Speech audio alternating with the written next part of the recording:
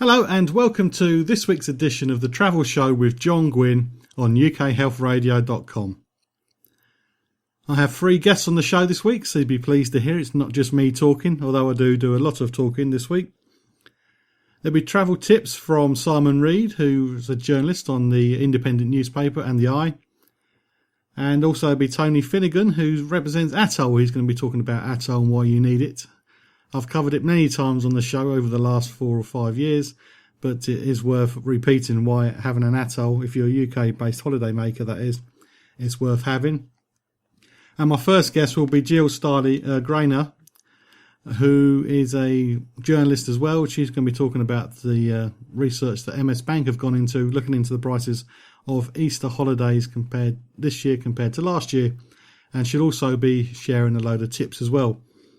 She will be giving out quite a few app names and websites during the conversation, but don't worry, you better find those at the Travel Show's Facebook page, which is facebook.com/John Guinn Travel Show. Just look for the post for the 13th of April Travel Show. So that's enough of me for now. Let's get straight into my first guest, and it's Jill Starley-Grainer, and she's going to be talking about the rise in prices for Easter holidays.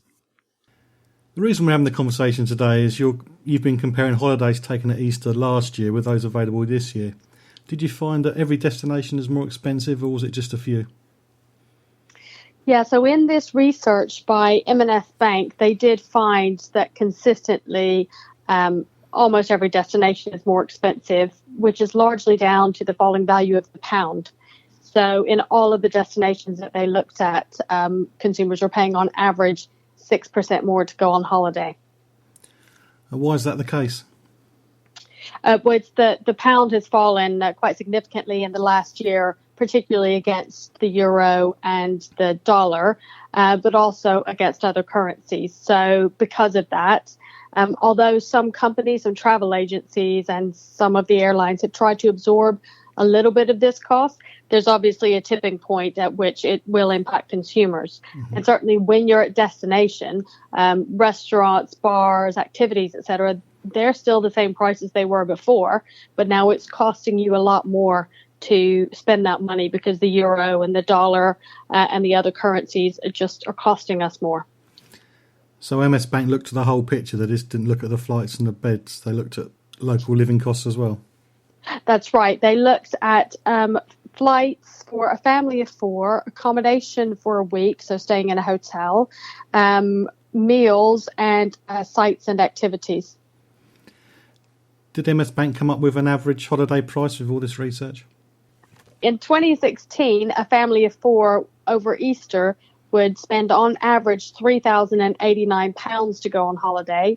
And this year it's £3,270. And that's a difference of £182, which for just a 1-week holiday is quite a significant sum of money. It's a huge amount of money when you look at it, isn't it? That's right, yeah. So the average price per person that we're now spending is £818 per person to go if you want to go away for a week for the Easter holidays with your children. Easter this year is quite late, so that means that the weather in Europe isn't too bad this time of year. Does it mean that there's plenty of opportunities to have a good holiday but not paying as much as you would if you went long haul? Right. So I think definitely the way to save money is going to be choosing your destination carefully. And the research does bear this out. Certainly Europe, it's obvious short haul is nearly always going to be cheaper than long haul simply because of the cost of flights. But even within Europe, if you choose your destination wisely, you can you can claw back some of that money that you would have lost due to the euro.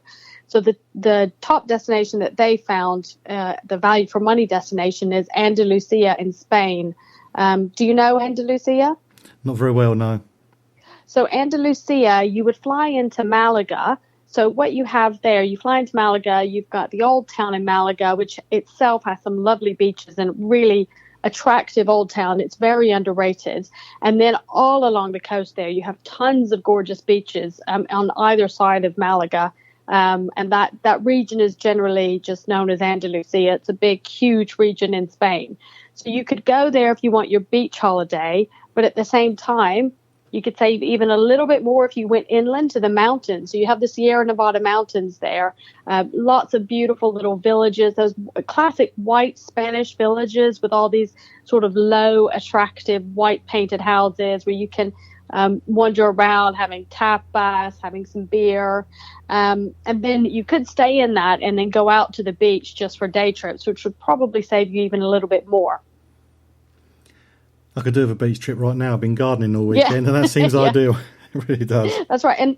And the weather this year is really good in Europe, so there really is no need to go abroad. But even within Europe, if you look at the cost of going on holiday to Andalusia in Spain versus somewhere like Cyprus, which lots of people, you would think that's a pretty good value for money destination. And it's not terrible.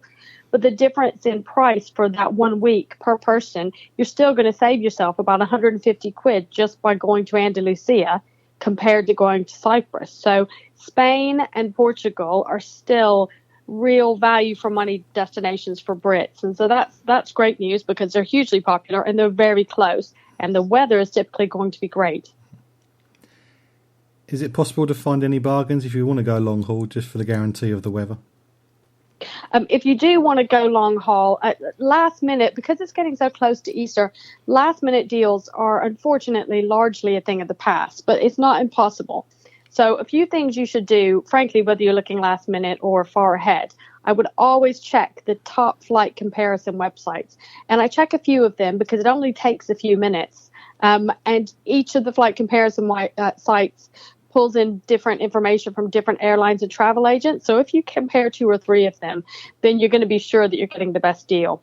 And the main ones, the biggest ones that access the most airlines and the most travel agents are Google Flights, Kayak, Momondo, and Skyscanner. And then for hotels, I also check Trivago, which is the leading hotel comparison website. Now, Trivago pulls in hotels from hotels.com, booking.com, all of the big hotel booking sites. So you don't book on Trivago, just like the flight comparison sites.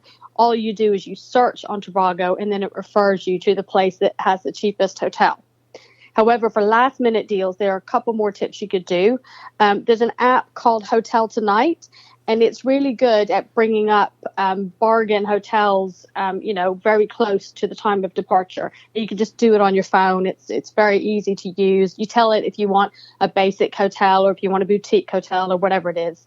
And hotels.com, on its app, it also has a similar functionality. So if it's very last minute, try those two. Try the Hotel Tonight app and the hotels.com app.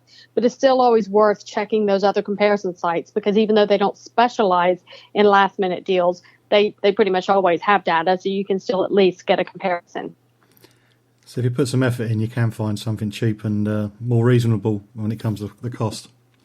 That's right. These things don't really take that long. It almost takes me longer to explain than it does to actually do the searching. They're very fast and easy. And they have filters to help you narrow down what you're looking for. So if you want a hotel with a pool, you click on the filter column on the left, you tell it needs to have a pool. Or on the flights, if you're happy to fly with a layover, which can quite often reduce the cost of your flight, there's a box on your left to tick, and you can see that suddenly, in many instances, taking a longer flight that includes a layover can make the flight cheaper. So little tricks like that are useful. Also, the flight comparison websites, most of them will show you if you just shift your time to, say, later in the day or flying out on a Tuesday and Wednesday are typically very good deals. It will show you if that is cheaper. And so then you can adjust the day that you want to fly or the time that you're happy to fly to get the best deal. So quite a few great tips there on how to save money on your holiday. But does MS Bank have any more tips on how to save money once you're on resort? Always check the tourist board website. A lot of people don't do that because it's a waste of, maybe they don't think of it or they think it's a waste of time. But in many cases, if there's a good tourist board with a good tourist board website, they will have deals and discounts for, 2-for-1 entry into various attractions or deals for meals, etc. at your destination. So it's always worth just taking a quick check. Just Google your destination and tourist board. So, let's say you do decide to go to Malaga, do Malaga tourist board and see if their tourist board website offers up anything useful. However, I nearly always avoid the things that they try to push you that are called city passes. And these are passes that roll in loads of museums and oftentimes some local transport into one appealing sounding pass.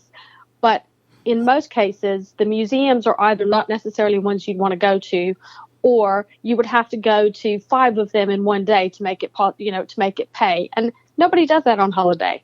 So before buying one of those city passes, just do the math, because otherwise you can waste a lot of money and then find that you're just not using it.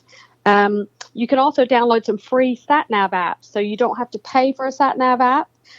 2 really highly rated ones are Sygic, Sygic, and Navmi, Navmii. You can download those for your destination. Make sure to do that while you're still on Wi-Fi in the UK so that you don't get mobile phone roaming charges. And once you download it, then you can use it offline so you won't be charged by your phone.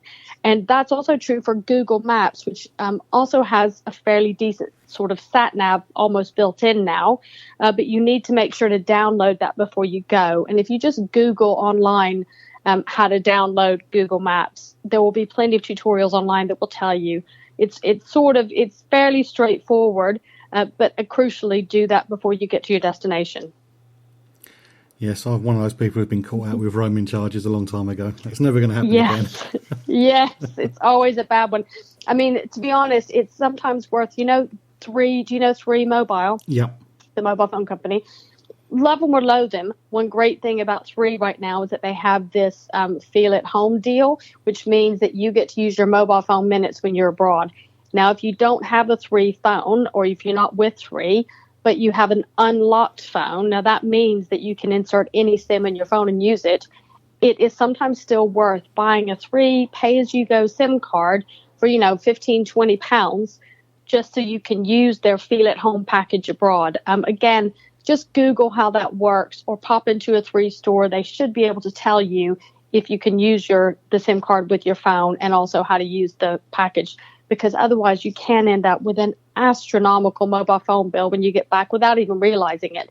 Because what happens is, let's say you've left roaming on your phone, it might still be pulling in emails all the time, and that's going to rack up your mobile data charges. And then when you get home, you could have a bill up to £1,000, and you've barely used your phone for the whole week because you'd accidentally left roaming on, and it's continually pulling in data. So do be careful of that. You've shared an awful lot of tips. So how do we keep track of you and all the things that you find? What's your Twitter or blog address? On Twitter, you can follow me at UK Travel Editor, and also at jet set _Jill with